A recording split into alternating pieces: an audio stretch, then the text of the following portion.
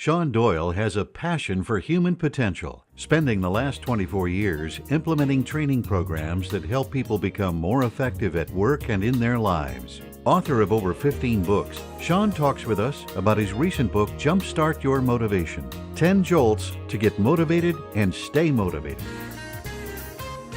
Shawn, your book on Jumpstart Your Motivation, that is getting motivation and keeping it, recently released as an audiobook that we produced for you, and it's received excellent endorsements and glowing reviews. Why do you think the subject of motivation is striking such a chord with your listeners and readers? Well, Rich, I think that's a great question. The reason I wrote the book is I would go do live training events, and invariably I would always sneak a little motivation in, whether it's a leadership program or a sales program. I couldn't help myself. I would always sneak a little motivation in, and people would come over and say, wow, I'm all motivated now. I wasn't motivated before. Now I'm all fired up. I was in a rut, and now I'm not. And it got me to thinking that, how do we get people to get motivated, but perhaps more importantly, stay motivated? So I try to identify 10 key concepts, 10 jolts, 10 sparks, whatever you want to call it. But I want to try to identify 10 jolts to help people not just get motivated, because I think that's kind of a short-term strategy, but 10 jolts to stay motivated, that can be long-term practices. So I think that's what's resonating with people is, okay, you're giving me 10 techniques that I can start using tomorrow, and they're very practical and simple. And I think that's why it's resonating with people the way that it is. You realize as you get into the meat of the book that this isn't just another self-help or positive thinking book. You outline those, as you say, those very specific jolts or foundational principles for getting motivated. Can you highlight some of those for us? Sure. I think some of them, a lot of people are surprised by. One of them is the idea that the quality of your life is in direct correlation to the quality of the people that you associate with. So I do talk in the book about controlling your environment. I think if you're around negative, toxic, as I term, energy-sucking vampires, it's kind of hard to stay positive and stay motivated. But if you're around great, motivated, positive, upbeat people, you'll be upbeat as well. So I talk about that, and I also talk about the powerful technique of being a mentor and having a mentor, because I believe that I've had great mentors all my life. And if you can have a mentor, or if you can be a mentor, it's extremely motivating. So I think that's one of the things that kind of surprises people is the impact of how much other people can affect your life. It seems to me that a lot of these principles are not talked about in business school. Am I wrong there? Or is that why you have become so popular as a motivating speaker? No, I think that's one of the missing components. In fact, I recently saw an interview with Jack Welch, and he said, if business schools were teaching human interaction and communication skills and motivation and not algebraic profit and loss statements of, all this gobbledygook, that the human element is missing from business, and we need to do a lot more of that. So a lot of companies do bring me in literally to do a half day or a full day on Jumpstart Your Motivation, at a bank, for example, and you're like, that's pretty amazing that, bankers are interested in their folks getting and staying motivated, which is great. There are a lot of books out today on living a purpose-driven life, and they're very, very popular because, again, that's another subject that's not covered in our formal education. Talk about how important purpose is to getting motivated and staying motivated.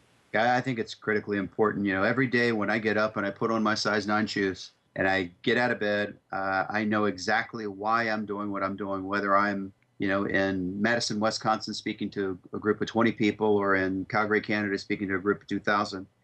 I know exactly why I'm doing what I'm doing, because my purpose is to have a positive impact on other people's lives. It might be through a book, it might be through an interview such as this one, it might be from a speech, it might be from a full day training, it might be from an audio, it might be from a video, but it really helps you get and stay motivated if you take the time to identify why you're doing what you're doing.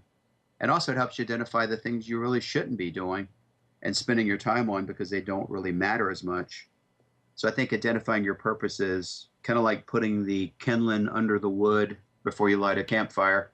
So you get that fire really going, because I find that people that know what their purpose is and are very clear and can articulate that are tremendously motivated, energetic people. One of the comments that was made by a major university president not long ago, one of the biggest problems with freshmen coming into college is they don't know where they're going, don't know who they are. They don't seem to have a purpose. Yeah. I don't know if there's a college course that even teaches it. No, there's not. And in fact, my defining moment, in college was my senior year when I wanted to be an actor. I majored in theater performance. And I came to a realization at the end of my senior year that I did not want to act. And that was a real defining moment, but nobody helped me reach that conclusion. It was just a deep thinking on my own. And so I think there is a missing component at the educational level. We'll teach people about topics and how to do this and how to do that, but there's never really, in my opinion, any guidance about, you need to start thinking about what you want your life to be about and what your life stands for. And the way I define purpose is, why are you here on the planet? That's a really deep question. But I find that a lot of people, even 50, 60 years old, still have not answered that question. Why are you here? What's your purpose? As you go into companies and organizations, how do you find the training in the area of motivation making changes in people and leadership and even the dynamics of a company? You know, one of the things I talk about a lot is having a passion for what you do.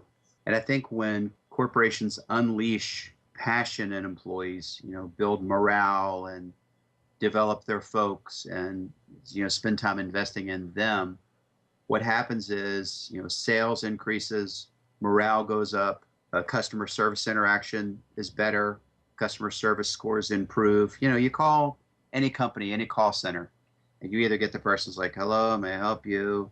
Thank you for calling. And they sound like they're nearly dead.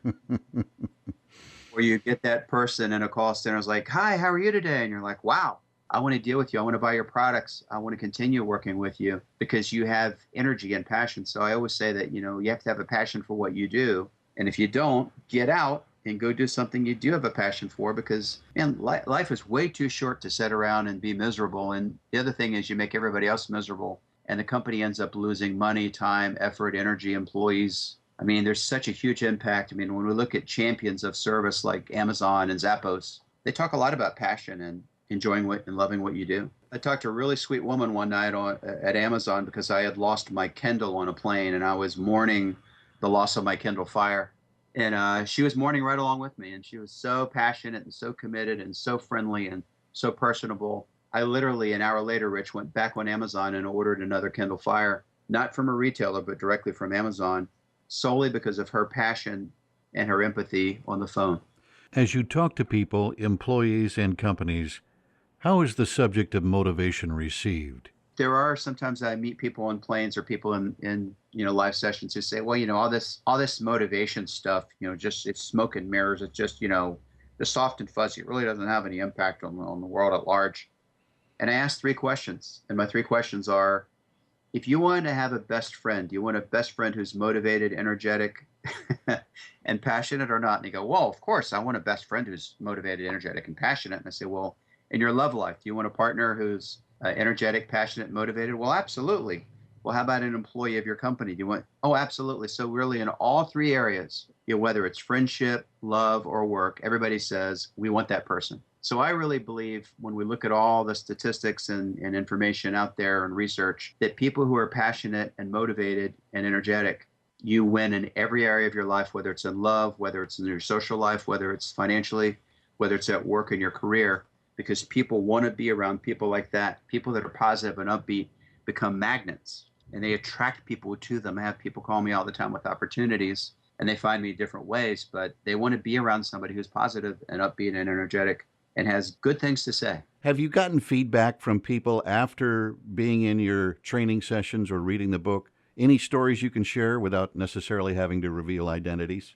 Yeah, I'm very pleased because, you know, almost every week, Rich, I'm very humbled that I do get an email or a phone call from someone saying, you don't know me. I got one about a month ago from a woman. She said, I'm a mom. I have 7 children. I work, my husband works. I've been reading your book on the train every morning. And I hope God blesses you. You know, she was just on and on and on and on and on because you've truly made a big difference in my life.